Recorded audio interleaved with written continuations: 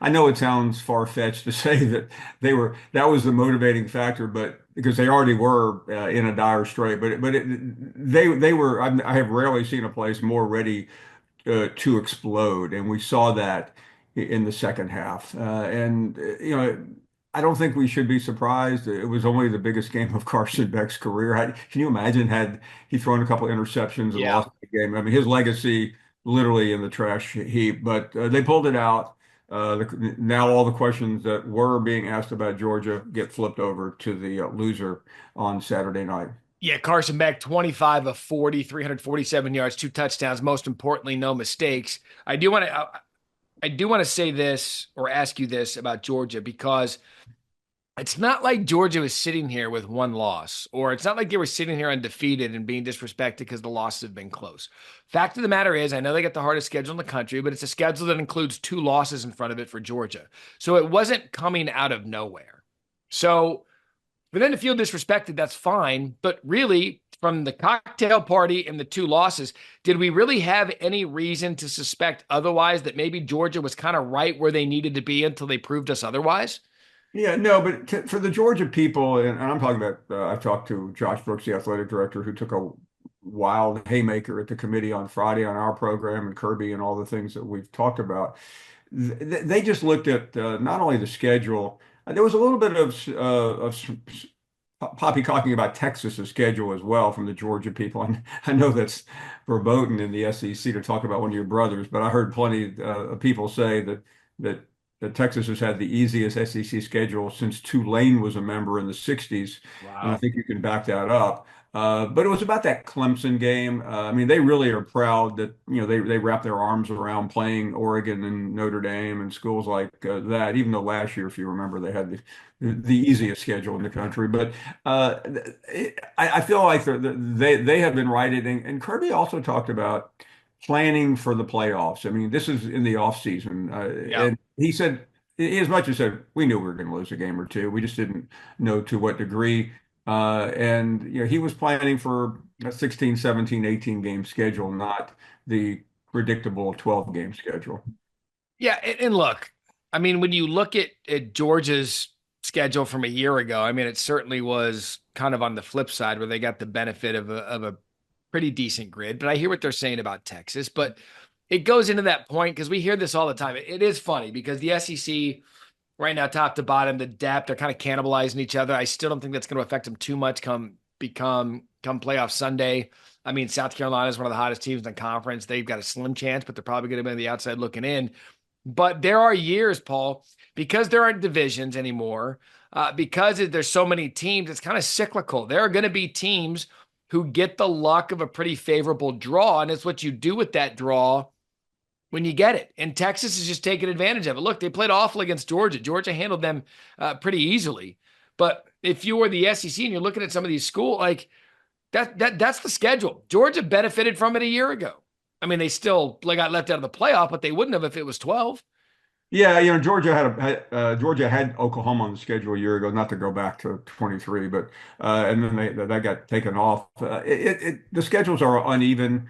Um, Everybody in the SEC, other than Texas and Oklahoma, would play either Texas or Oklahoma. That was the way they did it. And Mm-hmm. Georgia got the tougher end of that deal. Alabama has to go to Oklahoma this weekend as opposed to what Texas for example. So all those things matter. Ole Miss didn't have to play Texas either.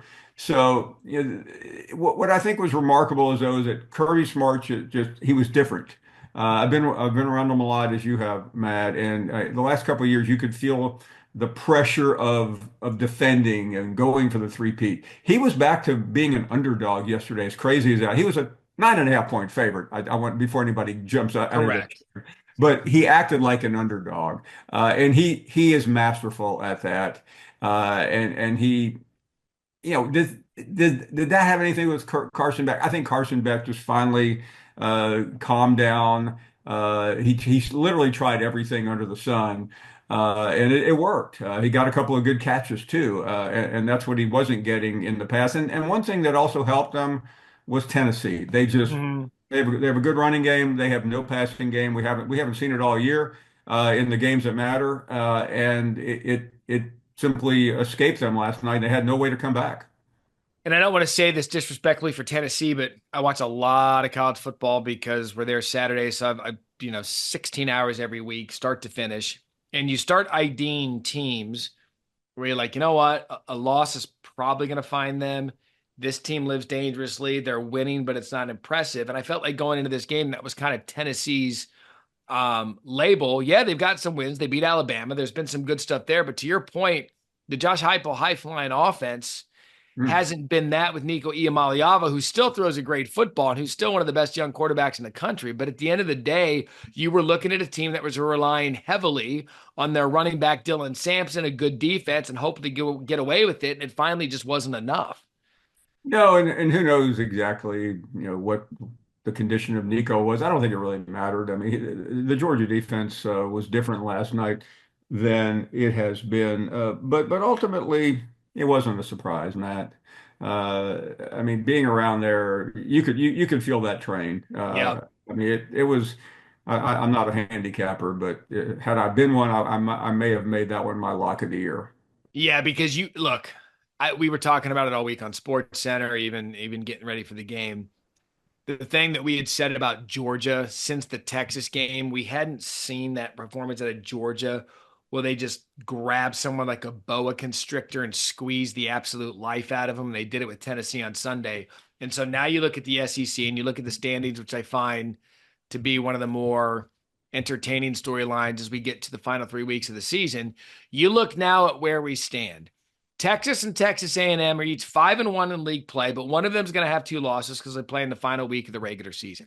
Then you have a cluster of 6-2 teams, or two lost teams in conference. This is conference record only. Georgia 6-2, Tennessee 5-2, Alabama 4-2, Ole Miss 4-2, South Carolina 5-3. That's the line of demarcation of anyone who has an opportunity to play for an SEC championship. So, Paul, when you go top to bottom, and I think metrically, if that's a word, Alabama has the best chance to play in the SEC championship game with two losses. But power rank the SEC for me. Where do we sit this morning after week 12? Yeah, Matt, I think there's this debate, Alabama, Ole Miss, probably. I don't think Texas is the best team.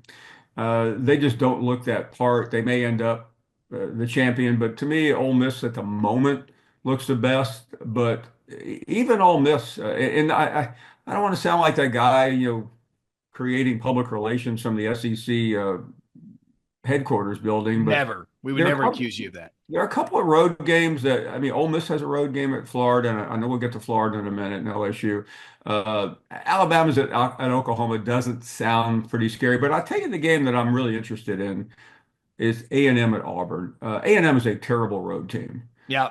And they have just struggled on the road, and Auburn is just that team that's been hanging around all year, doing nothing, by the way, but capable of maybe scratching out an ugly win. Yeah, and I don't want to short sell Ole Miss at Florida, but uh, because I really don't want to spend 30, 40 minutes talking about the Gators, but I mean, a little bit dangerous too.